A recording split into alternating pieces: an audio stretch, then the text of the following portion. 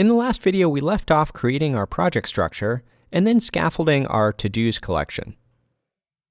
As part of that process, we created our first view called the to-dos_index, where we'll put our list of to-dos. But in our legacy HTML file on the right, you can see we still have quite a few templates that we haven't migrated over. So in this video, we're going to focus on creating all of our legacy views in the new application.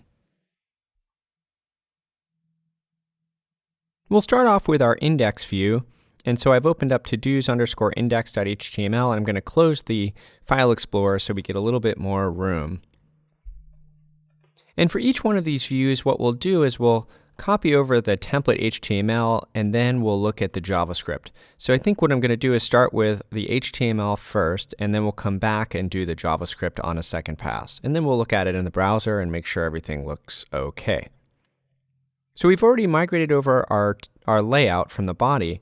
So now I'm going to scroll down, and what we want to do is inside of this template, the to-dos panel, we're just going to copy all of that over to our new to-dos index.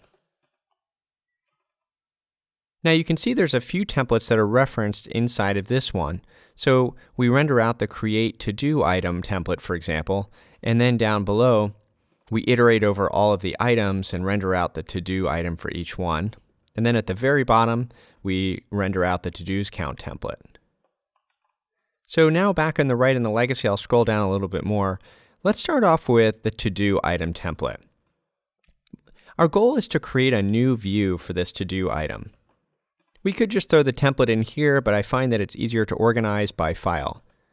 So what we want to do is to create a new folder underneath the to-dos one called to-dos_item or to-do item. So I have a command prompt down at the bottom, and I'll use that to use the M tool to do some scaffolding for me. So once again, we'll use the G or generate command, and the resource this time that I want to create is called a view. And the resource name will be to-do item. Now, I don't want to create this as its own root folder, and so what I'll do is say that I want this view to go into the to-dos folder. So I can just use the to-dos and then a / and then to-do item. And when I hit enter, the appropriate files will be created. So when I refresh my directory structure, you can see underneath to-dos, I now have this new folder called to-do item. And inside it, I have my view, which just consists of an HTML, JS, and less file. So let's open up the HTML file and migrate over the template from the old HTML file. So I'll just copy everything inside of this template and move it on over here. And again, I won't worry about the JavaScript quite yet. Okay, so now we have another view to create, which is the create to-do item. So again, I'll come down to the console and I'll type mgview to generate a view. And we'll put it in the to-dos folder, and we'll call it create to-do item. Now I could actually say create to-do item, or even all caps this, and the appropriate conversions will be made. So I'll just use file case for now, and we'll call it create to-do item.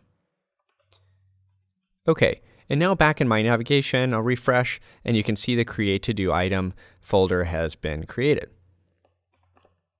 So I'll open up that HTML and copy over the contents of the create to-do item template.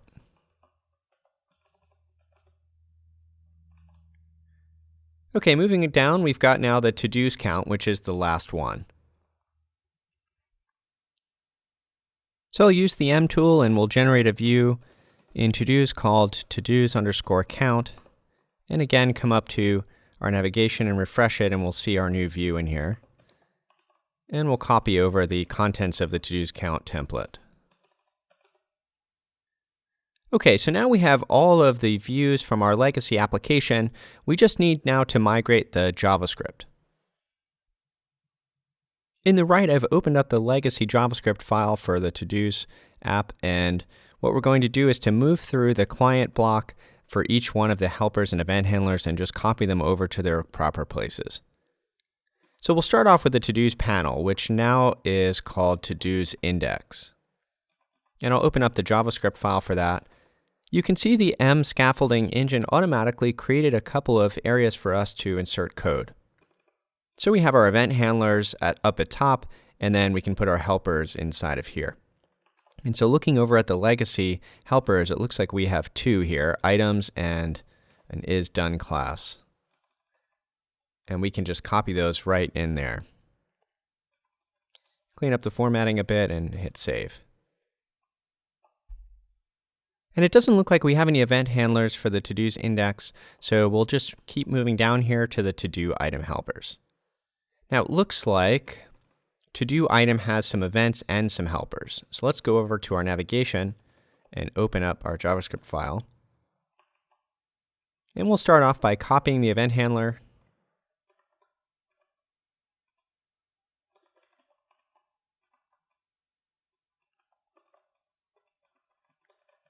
And then we'll copy over the helper.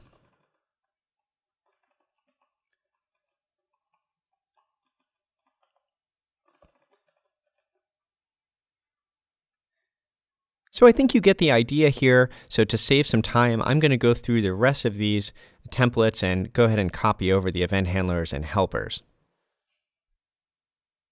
Okay, so I've copied over all of the helpers and event handlers for our new views from the legacy app. And now there's only one thing left to do before we move forward, and that is we have some styles from the old app.less file that we need to copy over. Now we would typically put global styles into the app.less file in our root of the client directory, and then individual view styles we would put in the view folders themselves. But to make things easier, what we're going to do is just copy over all of the CSS from our old application and just throw it right into the global app.less file. And that way these styles will be available to all of our views and the rest of the application. All right, I've fired up our Meteor application and opened up a browser so we can take a look. So far, it seems like the views were migrated successfully. But if we try to create a new to-do, it looks like that's not showing up in the list. And the reason is because we're not subscribing to our new to-dos index subscription. If I go down to the bottom here in the console, I can type meteor.subscribe.